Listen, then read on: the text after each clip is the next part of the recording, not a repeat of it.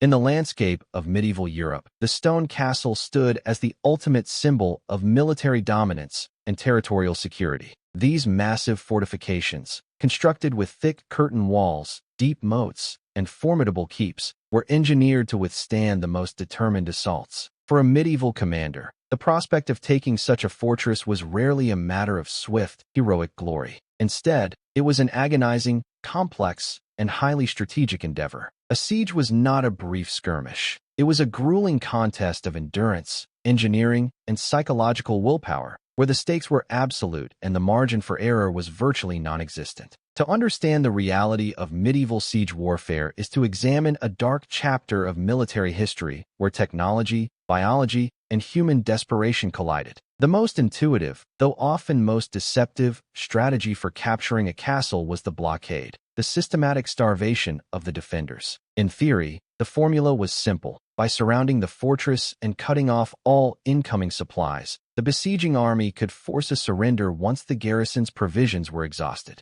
However, the practical execution of this strategy was fraught with immense logistical difficulties. Medieval castles were designed with long-term survival in mind. Their cellars were routinely packed with vast reserves of grain, salted meats, dried fish, and pickled vegetables, allowing a well-prepared garrison to subsist for 6 months or longer. Furthermore, many fortresses featured internal water sources, such as deep wells or rainwater cisterns, neutralizing the immediate threat of dehydration. While the defenders waited securely behind their stone walls, the besieging army faced its own existential crisis. Maintaining a force of thousands of men in the field for months on end required an extraordinary logistical effort. Food, clean water, and fodder for horses had to be continuously foraged or transported over long distances, rapidly depleting the surrounding countryside. Sanitation in the besiegers' camps was notoriously poor, making them breeding grounds for devastating diseases such as dysentery and cholera.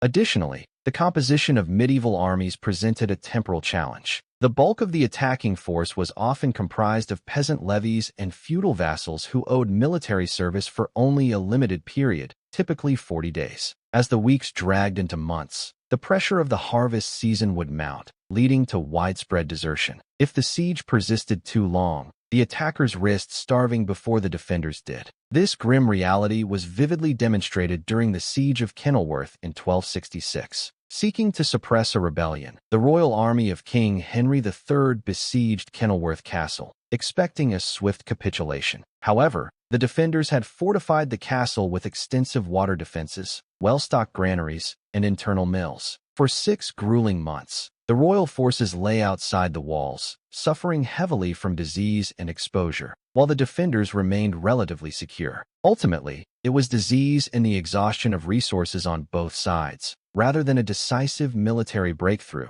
that brought the siege to a costly compromise. When starvation failed or time was a luxury the attacking commander could not afford, the alternative was a direct assault. Storming a castle was a highly hazardous undertaking, often resulting in catastrophic casualties for the attacking infantry. The architecture of the castle was specifically engineered to maximize the defensive advantages of the high ground. From the battlements, archers and crossbowmen could rain projectiles down upon the advancing forces long before they reached the walls. To breach these formidable barriers, medieval engineers developed specialized assault equipment. The simplest, yet most perilous, method involved the use of scaling ladders. Soldiers attempting to climb these ladders were highly vulnerable, easily pushed back by defenders using specialized forks, or crushed by heavy stones and boiling liquids dropped from the machicolations above. To provide greater protection and elevation, attackers constructed massive wooden siege towers, known as belfries. These multi-story structures were covered in wet animal hides to prevent them from being set on fire by incendiary arrows. Slowly rolled toward the curtain walls on wooden wheels, the belfry was designed to drop a drawbridge onto the battlements, allowing assault troops to fight on equal footing with the defenders. However, the deployment of a siege tower required a level, dry approach. Defenders would often dig deep ditches or wet moats to prevent these massive engines from reaching the walls, forcing the attackers to fill the obstacles under heavy fire before the tower could advance. Simultaneously, battering rams were employed to breach the castle gates or weaker sections of the wall. These heavy wooden beams, often capped with iron, were suspended inside protective, wheeled sheds covered in fire-resistant materials. Operating the ram required immense physical exertion under constant defensive bombardment. If the gate held, or if the defenders managed to destroy the ram with heavy boulders dropped from above, the assault would collapse into a bloody retreat. Historically, direct assaults carried an exceptionally low success rate, often serving as a desperate last resort when all other strategic options had been exhausted. To bypass the hazards of a direct infantry assault,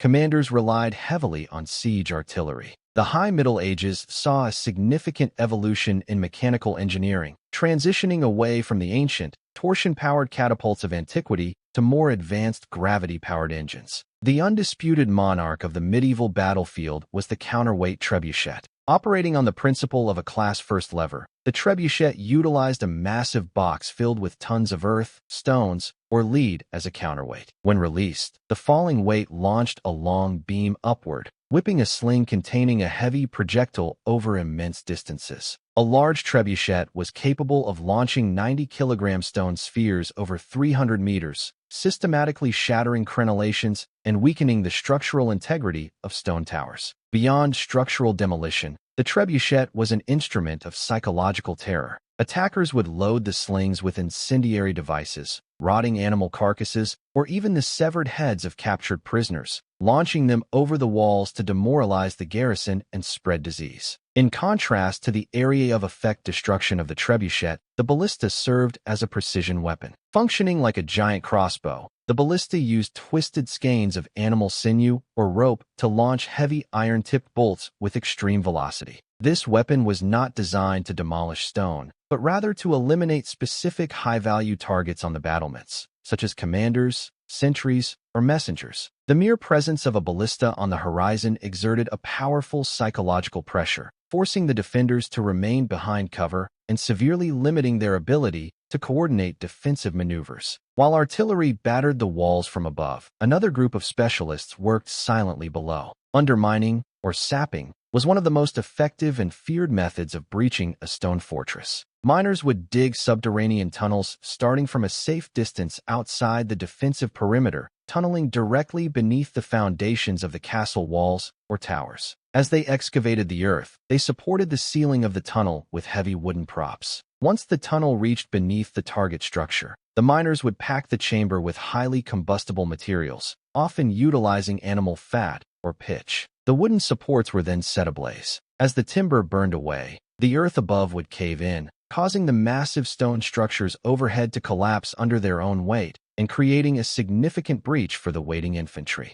A classic demonstration of this technique occurred during the siege of Rochester Castle in 1215. King John, frustrated by the stubborn resistance of the rebel garrison holding the Great Stone Keep, ordered his miners to dig beneath the southern corner tower. To fuel the fire, the king famously ordered the fat of 40 pigs to be brought to the mine. The resulting inferno destroyed the wooden supports, causing the massive corner of the keep to collapse. Despite this dramatic breach, the defenders simply retreated behind a crosswall within the keep, highlighting the resilient nature of medieval defensive architecture. When conventional military force proved insufficient, attackers often resorted to early forms of biological and chemical warfare. The crowded, unsanitary conditions inside a besieged castle made the population highly susceptible to epidemic disease. Recognizing this vulnerability, besiegers would systematically contaminate the water sources feeding the castle, throwing filth, refuse, and diseased carcasses into surrounding streams or wells. The intentional introduction of pathogens was a highly effective means of breaking the defenders' physical capacity to resist, turning the interior of the fortress into a lethal environment.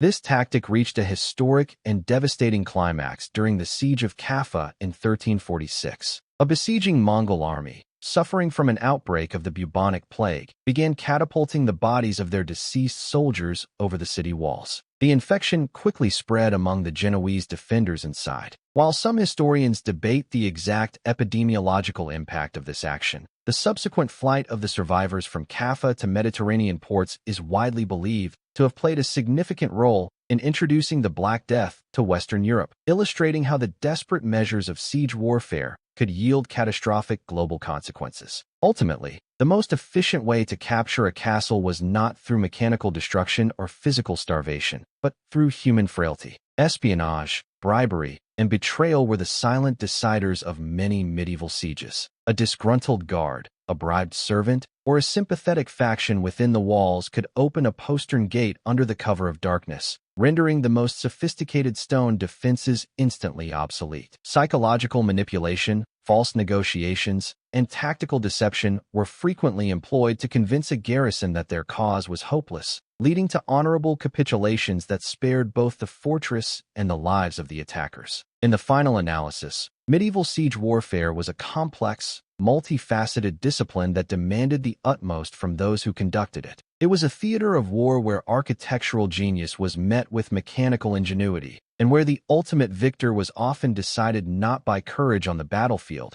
but by logistical endurance, psychological resilience, and the cold, calculated application of pressure.